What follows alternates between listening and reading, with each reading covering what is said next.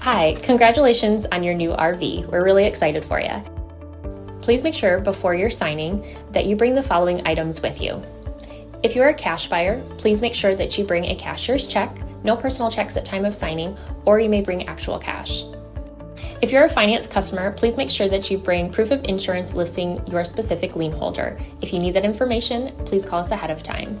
Also, make sure that you bring all valid driver's license of all persons that will be listed on the title.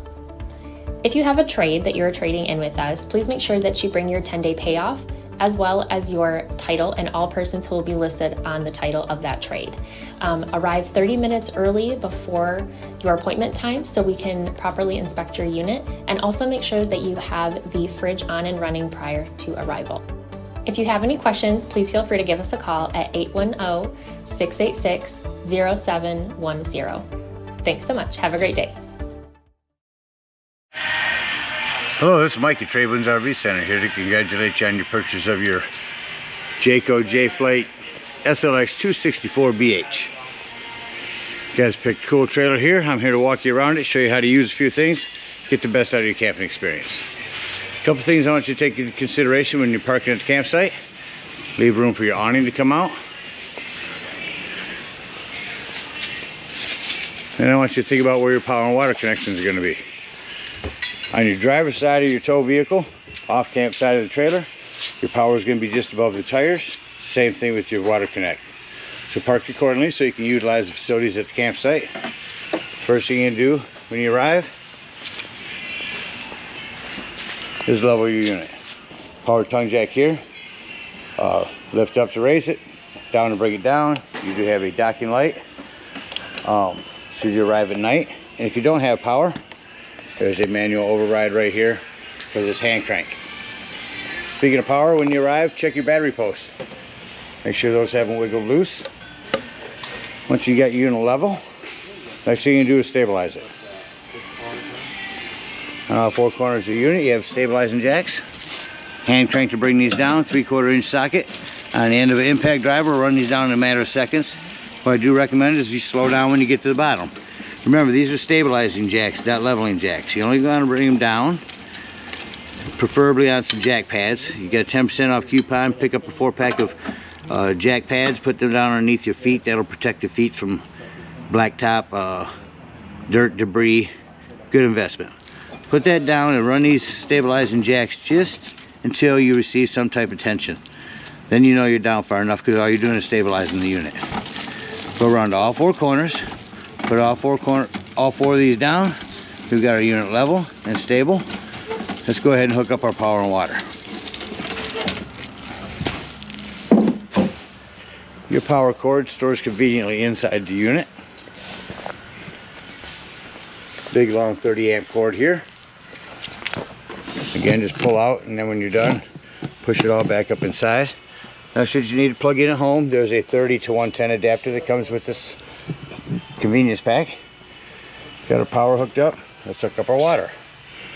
Now at the campsite, we're going to hook up to the city water connection. First and foremost, your water pressure regulator.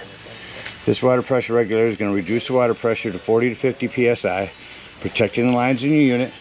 Always use this when putting water in here or your black tank flush. Hook this up. Hook up your hose, but don't turn your hose on yet. We're going to go around your campsite and find your hot water heater. Yours is at the rear of the campsite. All we're going to do at this point, make sure our drain plug's back in. Get that on there nice and snug, then you can go ahead and turn on your hose. Now if your hose has been on for a little while, go inside, open up your hot water valve. It's going to come out cold, but once water's coming out of there, you know the air is out of your lines, and you can turn on your hot water heater from indoors. Now if you're going to go camping and you're not hooked up to the city, you're going to go dry docking somewhere. Up here in front of your tires is your potable water. Fill this up simply with a hose. No need for a water pressure regulator. There is two ways to tell when this is full. A overflow valve right here, or on the inside where you check your tank levels. Hold your fresh water button down. That'll tell you when this is full. Just remember, when using potable water is when you're going to want to turn on your water pump. Don't turn on your water pump when using city water. It's already pressurized.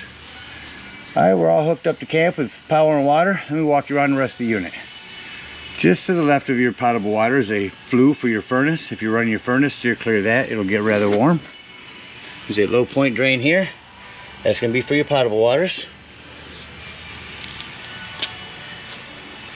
This is a vent for your microwave. Again, your city water connection, your power. This is an outdoor shower. This is your black tank flush. We'll talk about that when leaving the campsite, when we dump our black and gray tanks. You also have your main low point drain here as well. The back here is where you hook your cable up at the campsite. Your spare tire with a cover. Unit is also prepped for a Furrion backup camera. It's a device that you purchase that sets on the dash of your tow vehicle, electronically communicating with this piece, giving you a backup camera for the unit. Your hot water heater. Big storage area here. Prep for a TV out here. Here's where you put the clamp on. Here's where you hook up 110 and cable. You watch TV out here. Your big awning, we'll run that out in a moment. Your speakers, outdoor speakers, are in the ends of the awning, which are nice because it points down at the campsite, your campsite, instead of out at everyone else's. Here's your big pass-through storage. Here's all your hitch work. The area there, you can access all of this from underneath your bed. There's a cover for your propane tank. Again, your battery post. Your propane is on a regulator. Right here in the middle, simply pointed toward the tank you wish to be using. Lefty loosey to open these.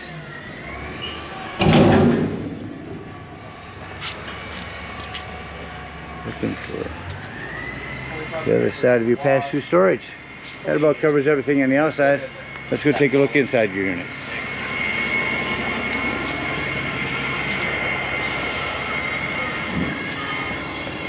So the first thing I like to note, you're coming inside, right to your left, turn on your main lights. It's going to be your interior, and that's your exterior awning light. First thing I'm going to do is run your awning out to show you how far to run that out. While I am, I want to point out your fire extinguisher. Make sure that you and everyone that's camped with you knows that your fire extinguisher is located at the entry doorway in case of an emergency.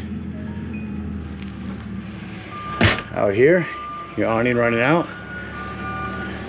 So you're only going to want to run that awning out until that gray disappears, that white flap falls down at 90 degrees, and you can see your brown bar. That's as far as you want to run that out.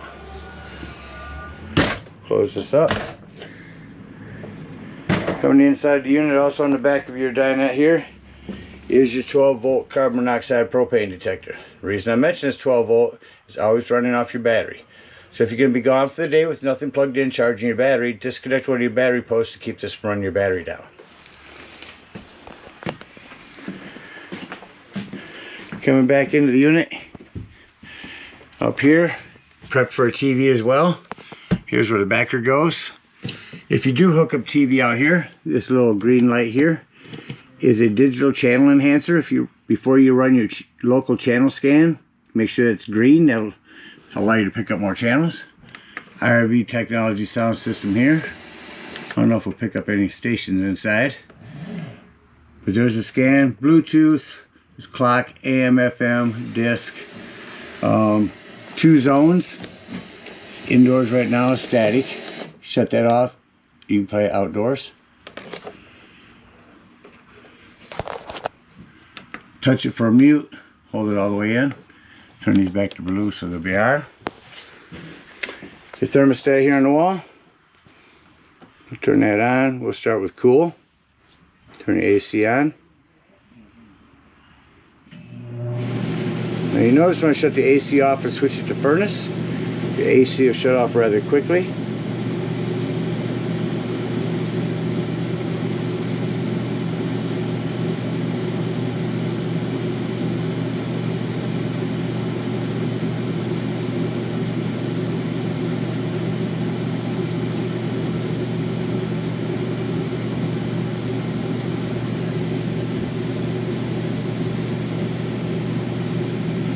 Shut that all the way off.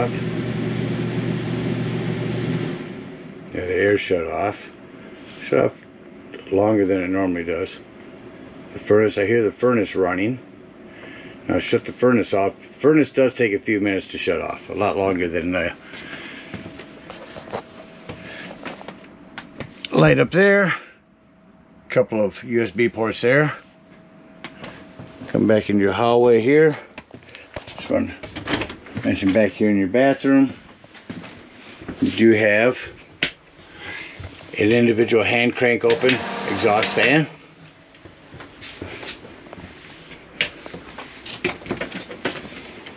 Under your sink, your plumbing.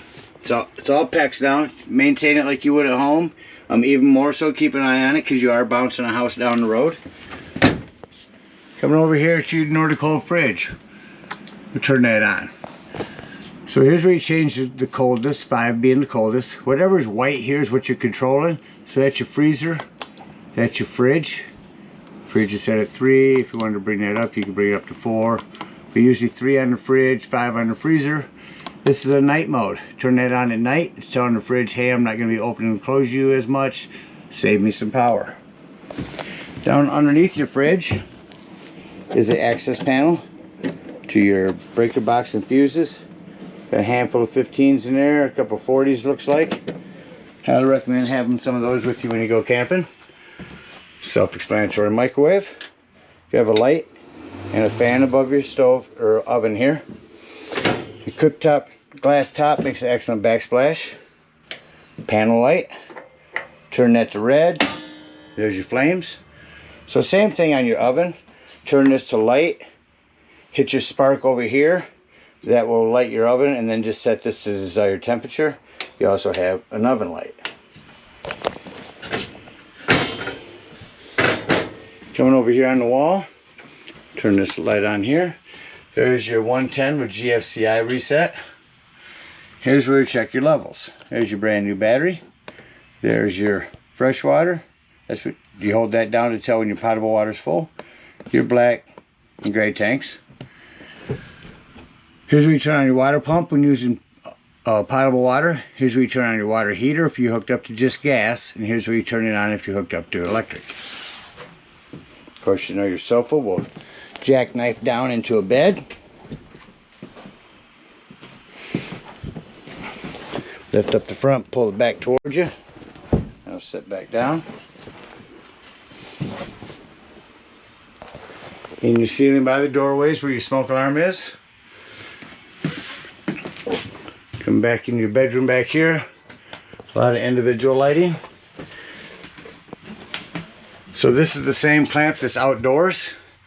You can hook up a TV in here and then just use the same clamp. It'll hook up outdoors. Prep for TV in here. This is where it's wired for solar. That's a template. If you ever decide to wire the entire unit for solar, that's where you do that at. Down here is some accent lighting for up there. Most of this lighting here is all one touch. But I do want to mention when you travel. So here's your door for the bedroom. When you travel, make sure that this is snapped back here. And underneath the bed is your access to your outdoor storage.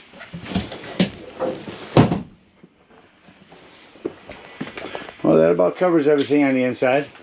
Let's act like we're leaving the campsite now. First thing I like to do is shut off my interior lights. When I shut them off, I can look around and see all the individual lighting that I need to go through and shut off.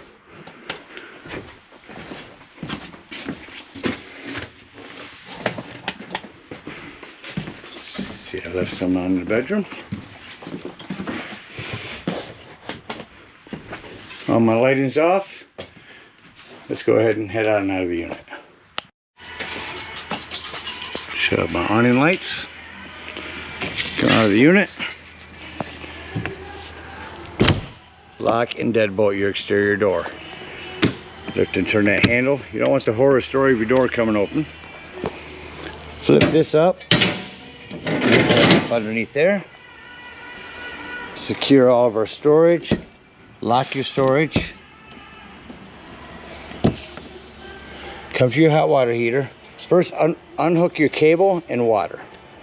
After you've unhooked your cable and water, come to your hot water heater, lift up on this pressure release valve.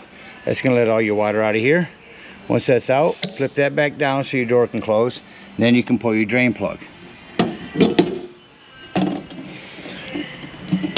Bring up all of our stabilizing jacks. Come over to our campsite. Off campsite.